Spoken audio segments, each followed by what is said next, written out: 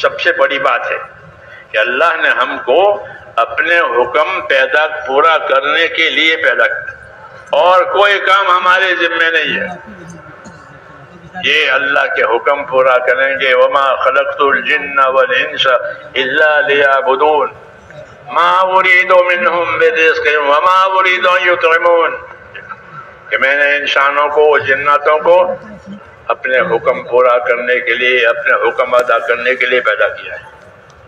ہاں، یہ مقصد زندگی کہلاتا ہے۔ انسانوں کی اور جناتوں کی زندگی کا کیا مقصد ہے؟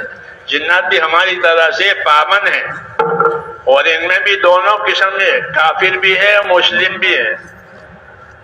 ہاں، اس لیے نبوت اور دعوت ان کے لیے بھی ہے، جناتوں کے لیے بھی ہے، مگر ہم نہیں دیکھتے۔ حضور صلی اللہ علیہ وسلم نے جناتوں کو دعوت دی ہے، 6 مرتبہ ان کا اجتماع کیا ہے تاکہ ان کو ان کی زندگی کا مقصد سمجھاوے، جس طرح ہم کو زندگی کا مقصد اپنے ساتھ رکھ کر سمجھایا، صحبت میں سمجھایا، ایسے ان کو بھی سمجھایا۔ ہاں، ان کو بھی سمجھایا۔ سورہ الرحمن نازل ہوئی تو ان پر سجا کے سورہ الرحمن پڑھی، فبأي آلاء ربكما تكذبان۔ ہاں، یہ آیتیں پڑھتے تھے حضور صلی اللہ علیہ وسلم تو جنات جواب دیتے تھے کہ حدیثوں میں ہے۔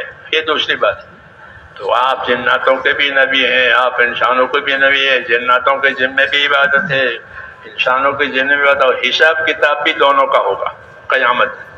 اللہ کہتے ہیں میں تمہارے لیے ابھی فارغ ہوتا ہوں، ہاں، اپنے شانوں سے تمہارے حساب کتاب لیے۔ سنفرغ لکم ایھا الثقلان، اب تمہارے حساب کے لیے میں بھی فارغ ہوتا ہوں۔ اللہ کی اپنی شانیں ہیں۔